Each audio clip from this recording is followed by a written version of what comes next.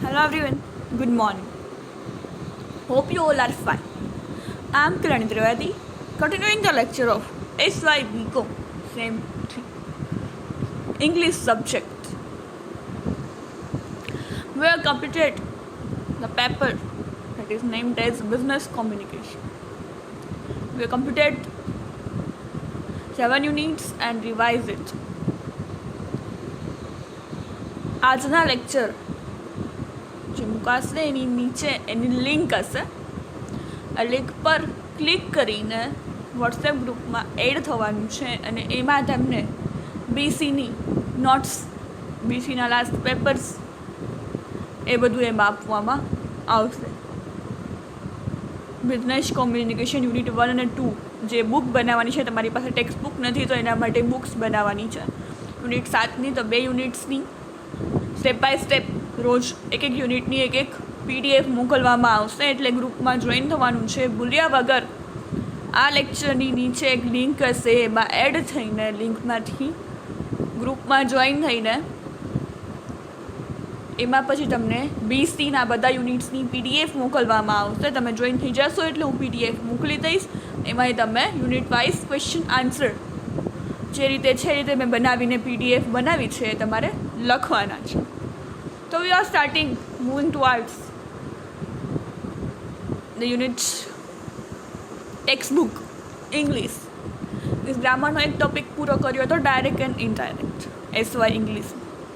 અને ટેક્સ્ટબુક હવે સ્ટાર્ટ કરીએ છીએ. નવી ટેક્સ્ટબુક છે, સિલેબસ ચેન્જ થયો છે SY BComનો, ઇંગ્લિશનો અને બીસીનો. તો ઇંગ્લિશમાં છે ટેક્સ્ટબુક પ્રિલ્યુડ, જે અત્યારે મસ્ત કવર પેજ બતાવે છે એવી જ મસ્ત નવી કલરફુલ સરસ ટેક્સ્ટબુક છે પ્રિલ્યુડ. અને હવે એનું ફર્સ્ટ યુનિટ ચેપ્ટર 1 to 4 અને 7 હતો chapter 1 or unit 1 we are starting. પહેલું ચેપ્ટર છે હોમ કમિંગ. હોમ કમિંગ એટલે કે ઘરે પાછું ફરવું, પુનરાગમન. ક્યાંય બહાર વિદેશ, બીજે સિટીમાં ક્યાંય ફરવા ગયા હોય, ક્યાંય રહેવા ગયા હોય, ફરવા નહીં પણ રહેવા ગયા હોય, વિદેશમાં વરસ દિવસ ગયા હોય, ક્યાંક ભણવા 2-3 વર્ષ માટે ગયા હોય, નોકરી માટે 3-4 વર્ષ ક્યાંય ગયા હોય અને પાછું ઘરે આવવું, એને હોમ કમિંગ એટલે કે પુનરાગમન, ઘરે પાછું ફરવું એ એટલે કે હોમ કમિંગ. સ્ટોરી લખેલી છે રવિન્દ્રનાથ ટાગોર, જેને આપણે બધા સારી રીતે ઓળખીએ છીએ. હવે અબાઉટ ધ ઓથર, લેખક વિશે માહિતી. રવિન્દ્રનાથ ટાગોર 1861માં જન્મ અને 1941 માટે is a renowned Bengali poet. Bengali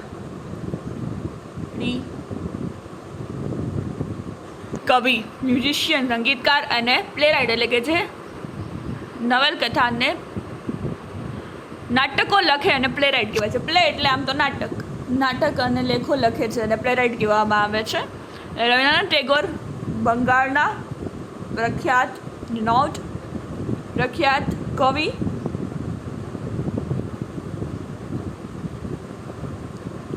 સંગીતકાર અને લેખક છે. The first Asian to win the Nobel Prize, he is widely known to have modernized Bengali literature by liberating it from rigid classical structures. શું કહે છે? એશિયામાં ફર્સ્ટ જેને નોબેલ પ્રાઇઝ મળ્યું હતું તો એ છે રવિન્દ્રનાથ ટાગોરને મળ્યું હતું આખા એશિયામાં. He is widely known to have modernize Bengali literature. Bengali લિટરેચરમાં જે ટ્રેડિશનલ રૂલ્સ હતા એ પરંપરાગત એ જ રૂલ્સમાં, એ જ રૂલ્સ એન્ડ રેગ્યુલેશનમાં લખવાનું, એમાંથી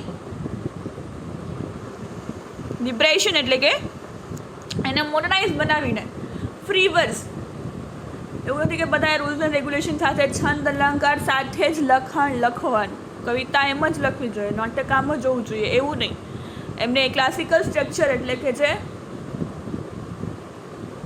ટ્રેડિશનલ રૂલ્સ એન્ડ રેગ્યુલેશન હતા જે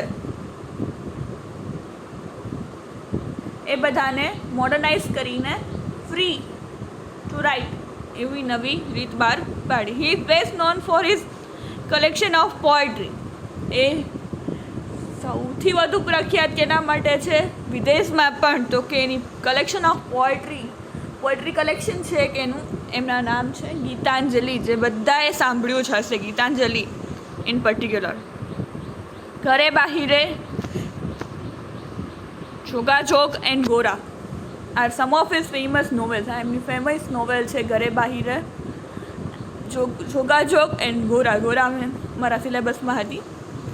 Issues all the range of from Indian nationalism and religious zeal to enslavement of women and the bondage of tradition and custom.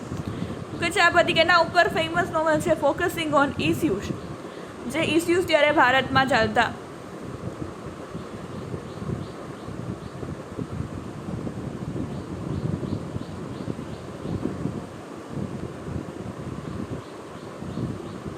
Indian નેશનલિઝમ એટલે કે જે ભારતની સ્વતંત્રની ચળવળ હતી, અને રિલિજિયસ ઝીલ જે ધાર્મિક વૃત્તિ કે જે ભાઈ કરવાનું એટલે કરવાનું, આમ થાય તો આમ કરવાનું. પતિ મૃત્યુ પામે તો પત્નીએ સતી થવાનું. એ રિલિજિયસ ઝીલ, એન્સ્લેવમેન્ટ ઓફ વુમન એટલે જે વુમનને સ્લેવની રીતે ગુલામ તરીકે રાખતા. And bondage of traditions and custom, કઈ રીતે એ લોકો ત્યાં રીતિ રિવાજો અને ટ્રેડિશન્સ હતી, ફોલો થતી હતી, એ બધું એનું એમની નોવેલ્સમાં એનું નિરૂપણ જોવા મળે છે. Indian tradition. Most of his work was original return in Bengali. જો અહીંયા આપણે અત્યારે જે વિદેશી અનુકરણ આંધળું કરીએ છીએ ભાષાઓનું, ઇંગ્લિશ આપણે અત્યારે ભણીએ છીએ, પણ માતૃભાષાનું એમને ગૌરવ છે. એમણે બધા એમના લેખો બંગાળી ભાષામાં, એમની માતૃભાષામાં લખેલા છે. મૂળ બંગાળના એટલે બંગાળી ભાષામાં પોતે પોતાના બધા વર્ક લખેલા છે. Although he later translated some of it to English and made it more accessible to an international audience. International audience, દેશની બહારના લોકો વાંચી શકે, વિદેશના, એબ્રોડ, ફોરેન કન્ટ્રીઝ.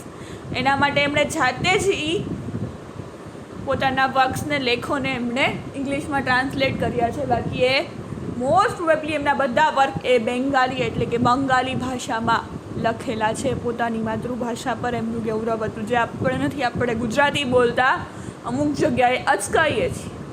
આપણી માતૃભાષા છે, આપણને ગૌરવ હોવું જોઈએ કે આ મારી ભાષા છે. તો ઇંગ્લિશ શીખો, હિન્દી શીખો, અરે ફ્રેન્ચ શીખો, પણ માતૃભાષાનું ગૌરવ તો હોવું જ જોઈએ ઓલવેઝ.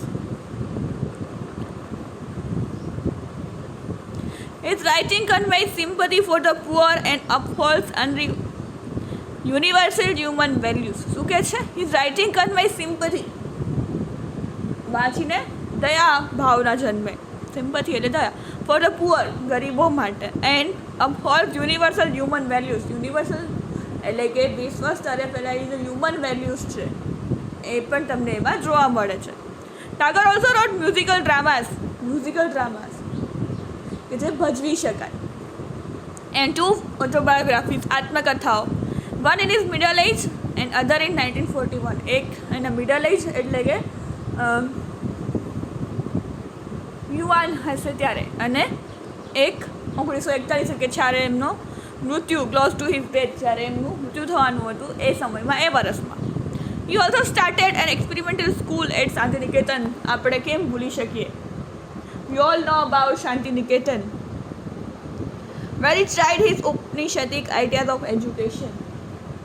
જે વંશ પરંપરાગત રીતે એજ્યુકેશન એટલે કે જે મસ્ત નેચર, કુદરતના ખોળે એક સરસ મજાની પાઠશાળા શાંતિનિકેતન બનાવી, જ્યાં કલા અને બધી બીજા બધા જે ઉપનિષદમાં લખેલું છે કઈ રીતે એજ્યુકેશન આપવું, શિક્ષણ એટલે શું, શિક્ષણ કેમ, કઈ જગ્યાએ કેવી રીતે આપવું, એ રીત, પરંપરાગત રીત ફોલો કરીને એમને શાંતિનિકેતન નામની સ્કૂલ ખોલેલી છે. હવે અબાઉટ ધ સ્ટોરીમાં શું છે? અત્યાર સુધી આપણે રવીન્દ્રનાથ ટાગોર વિશે જાણ્યું. હવે સ્ટોરીમાં શું છે? The home coming recount the tragic tale of સ્ફટિક.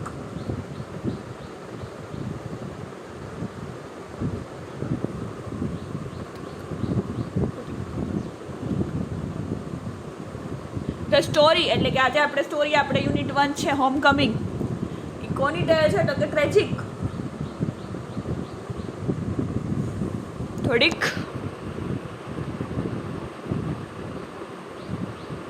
કોમેડી નહીં, ટ્રેજિક અંત સુખદ હોય એને કોમેડી કહેવાય, જેનો અંત એન્ડ ખરાબ હોય એને ટ્રેજેડી કહેવાય. Tragic tale of Phatik. ફટીકની એક સ્ટોરી છે નામના છોકરાની. The story moves from light-hearted and playful tone to a heart-wrenching climax, and it tells the boy's journey from his village home to the city of Kolkata. શું કહે છે? The story moves from light-hearted, simply સારી રીતે મસ્ત light ટોનમાં start થાય છે અને હાર્ટ-રચિંગ climax, હૃદયને કંપાવી ઉઠાવે એવું ક્લાઇમેક્સ એવા પાર્ટ સુધી લઈ જાય છે. And it was the boys journey. એમાં શું છે આખી સ્ટોરીમાં? એક બોય એટલે કે ફતીકની જર્ની છે. એના વિલેજથી લઈને કલકત્તા સિટીમાં જાય છે તો ને પછી ત્યાંથી પાછો આવતો હશે એની આખી સ્ટોરી. એના વિલેજ, એના નાનકડા ગામમાંથી એ કલકત્તા જેવા મોટા સિટીમાં જાય છે આખી journey. Phatik is mischievous boy and he has came to dislike his mother's efforts to discipline him. Okay છે. મિસ્ચીવિયસ એટલે કે બહુ તોફાની, કોઈને કાબૂમાં ન હોય એવો છોકરો. And he has come to dislike his mother's effort. Discipline શીખવાડવું, મહેનત શીખડાવી, એ બધું એના મમ્મીની રીત હતી, એને ગમતી નથી. જેમ મહેનત કરતા એના મમ્મી કે સારો સુશીલ સંસ્કારી છોકરો બનાવવું, પણ એના તોફાન એ વધતા જતા હતા. સો when the opportunity comes to go to Kolkata with his uncle, he jumps at it. જ્યારે એને તક મળવામાં આવે છે કે એના અંકલ સાથે એને કલકત્તા જવાનું છે તો એ હાથ પાડી દે છે. But life in the city in the midst of strange jeering schoolmates and an indifferent aunt turns out to be tragic. એને બધું કે ત્યાં જઈને શાંતિ હશે, મારા મમ્મીથી કચકચથી તો શાંતિ છે, મને આખો દિવસ ખીજાયા કરે છે, ડિસિપ્લિન શીખવાડ્યા કરે છે, એમાંથી હું છૂટી જઈશ. પણ એવું થતું નથી. એ તો ઉલટાનો ફસાઈ જાય છે. લાઈફ, સિટીની લાઈફ આખી અલગ લાઈફ, જે ગામડામાં એ પ્રેમથી બધા ફ્રેન્ડ સાથે રમતો કરતો, એવું તો અહીંયા કંઈ છે જ નહીં. ધ મિડેસ્ટ ઓફ સ્ટ્રેન્જર્સ, કોઈ ઓળખતું તો છે નહીં, તો બધા ફ્રેન્ડ મિત્રો સાથે રમવાનું, ભેગા થવાનું, મળવાનું, આનંદ કરવાનો. અહીંયા તો કંઈ છે નહીં. સ્કૂલમેટ્સ એવા બધા કે જેને ઓળખતા ન હોય એટલે એની યાર એવી નવો હોય એટલે આપણે મજાક કરે, તિખડ કરે. એની ડિફરન્ટ આંટ, એના જે આંટી હતા એ પણ એની યાર એવું બિહેવ કરતા, ઇન્ડિફરન્ટ રાખતા, એને અલગ રાખતા એના છોકરાઓ કરતા. Turns out to be tragic. એને ખરાબ અનુભવ એ થાય છે. Phatik now learns to value of what he has left behind and yearns to go back. હવે એને વેલ્યુ સમજાય છે, જેણે મૂક્યું છે એના મમ્મી, એનો ભાઈ, જેને નહોતા ગમતા, એની વેલ્યુ હવે એને સમજાય છે, જે છોડીને આવ્યો છે. અને હવે એવું ઈચ્છે છે કે હવે મારે મારા ઘરે જવું છે. A story of growing up, the homecoming contrasts the innocence and frivolity of the youth with the tragic seriousness and unpredictable occurrences. Homecoming story છે. કોન્ટ્રાસ્ટ, વિરોધાભાસ બે ફિલિંગ્સ. ઇનોસન્સ એટલે કે નિર્દોષપણું અને લુચ્ચાઈ. જે યુથ એટલે યુવાનમાં જે યુવાનોનો જે નેચર પ્રકારનો હોય છે એ ટ્રેજિક સિરિયસનેસ પછી જે એને સમજાય છે, જે દુનિયાની જે સિરિયસનેસ એટલે કે હવે એને ખબર પડે છે કે એના મમ્મી જે કહેતા એ સાચું હતું. અહીંયા આંટી આરે રહેવા કરતાં, સિટીમાં રહેવા કરતાં મારું ગામ, મારા મમ્મી, મારા મિત્રો એ બધું સરસ હતું. અને જે અહીંયા અનપ્રેડિક્ટેબલ છે, કોઈ દિવસ વિચાર્યું ન હોય. અનપ્રેડિક્ટેબલ એટલે પ્રેડિક્ટેબલ એટલે આપણે એની ભવિષ્યવાણી કરી શકીએ. અણધાર્યું, અણવિચાર્યું જે થાય અકરન્સીસ એટલે ઘટનાઓ બનવી, એને અનપ્રેડિક્ટેબલ અકરન્સીસ કહેવામાં આવે છે. આકસ્મિક જેનું કોઈ આપણે કલ્પના ન કરી હોય, કલ્પના બહારની વસ્તુઓ થવી, એને અનપ્રેડિક્ટેબલ અકરન્સીસ કહેવામાં આવે છે. આ સ્ટોરી ફતીક, એના મમ્મી, એના અંકલ, એની પર વાત છે. કલકત્તા લઈ જાય છે ગામડામાંથી, કઈ રીતે એને સિટી લાઈફ ગમતી નથી, અને પછી એના મમ્મી અને એની કિંમત થાય છે ને હવે એને પાછું વર્ષો પછી એને બધું સમજાય છે. એને કહે તો મારા મમ્મી સારા હતા, મેં જે છોડ્યું છે એને બધાની એને કિંમત સમજાય છે. આમાંય કહેવાય છે ને બધું કિંમતી છે, મેળવ્યા પહેલાં અને ગુમાવ્યા પછી હોય ત્યાં સુધી કિંમત ના હોય. હવે સ્ટોરી સ્ટાર્ટ થાય છે આપણી homecoming. Pratik Chakraborty was ring leader among the boys of the village. શું કહે છે? પ્રતીક ચક્રવર્તી વોઝ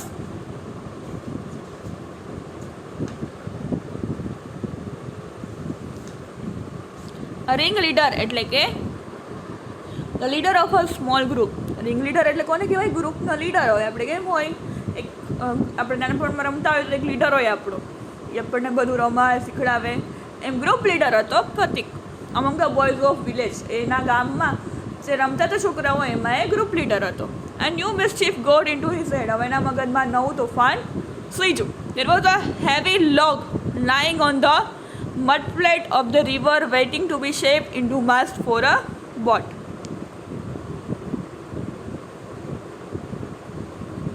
શું કહે છે?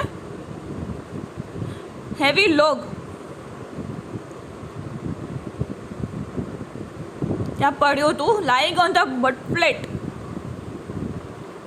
એટલે કે ત્યાં મડી લેન્ડ, રિવરની આસપાસ જે મડી લેન્ડ એટલે કે જે થોડી કાદવવાળી જે ભીની માટીવાળી જગ્યા હોય ત્યાં, of the river waiting to be shaped into a mast for boat. જે લાકડું ને મીન્સ કે હોડી ચલાવવા માટે જરૂર પડે એવું ત્યાં પડેલું હતું. Decided they should all work together to shift the log from its place and roll it away.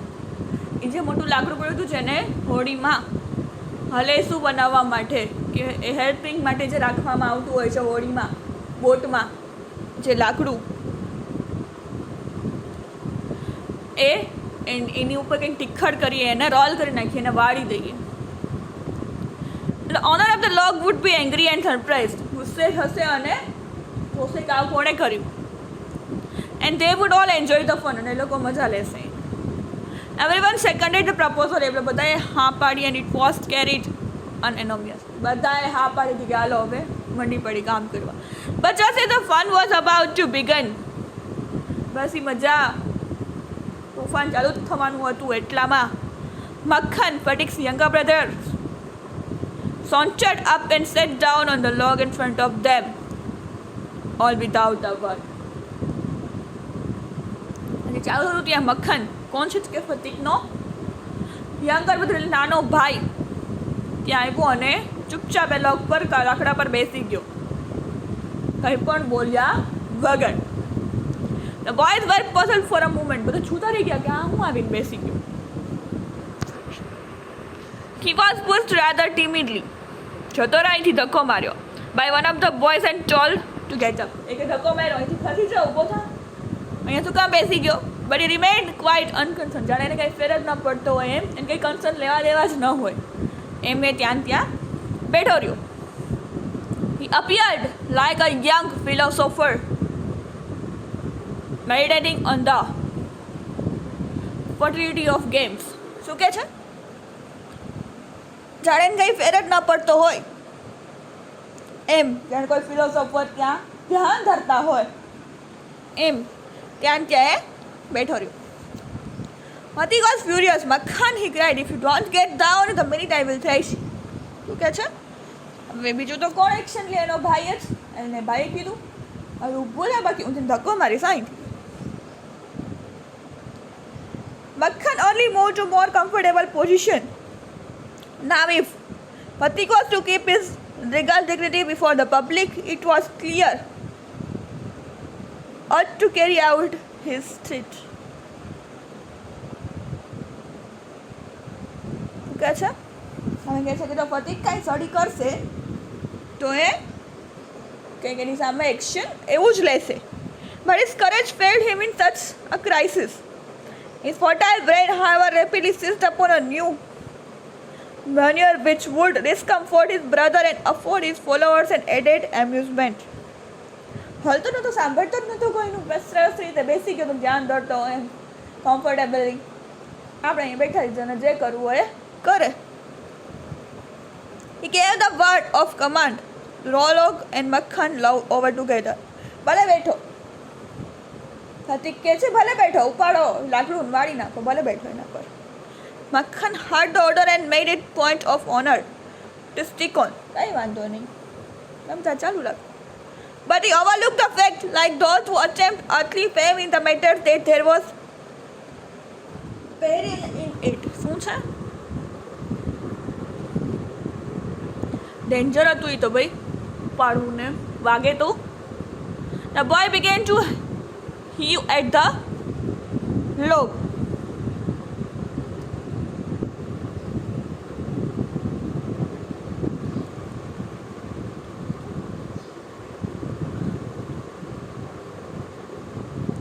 All their might calling out 1, 2, 3 go. આપણે ને 1, 2, 3, 2, 1 go. everything like 1, 2, 3 go. At the word go, the log went and with it went Makhan, philosophy, glory and all.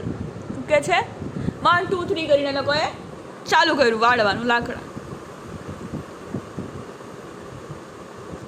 All other boys shouted themselves hoarse with delight. HOARCE એટલે અવાજ, sound, અવાજ એટલે sorry emotions, ખુશીના કે દુઃખના કારણે જે અવાજ કરવો એને હોર્સ કહેવામાં આવે છે. HOARCE.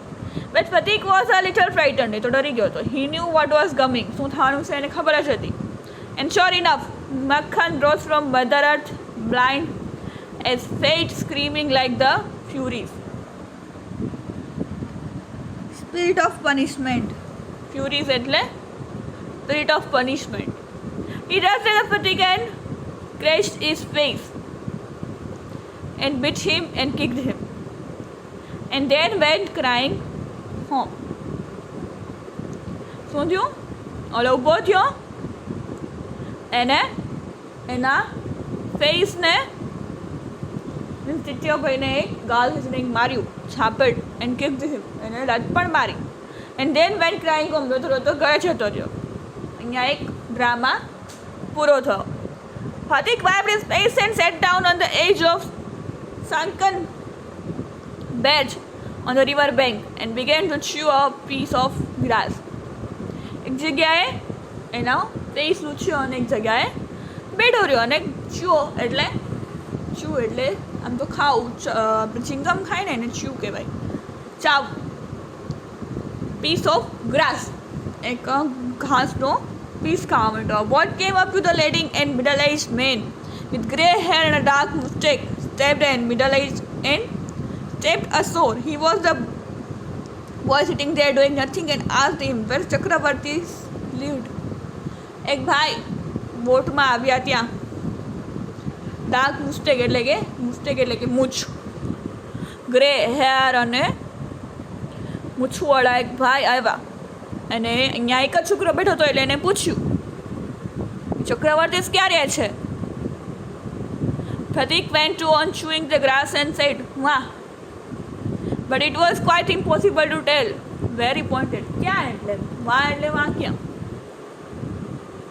The stranger asked him again and ફરીથી પૂછ્યું. He swung his legs and threw on the side of forest and said, "Go off, find out." ચાવ ગોતી લ્યો. And continued to chew the grass as before. એને ઘાસ ખાવામાં ધ્યાન હતું. જવાબ આપ્યો નહીં. It is all about today's lecture. We will continue in the next lecture. Thank you for listening. Have a nice day.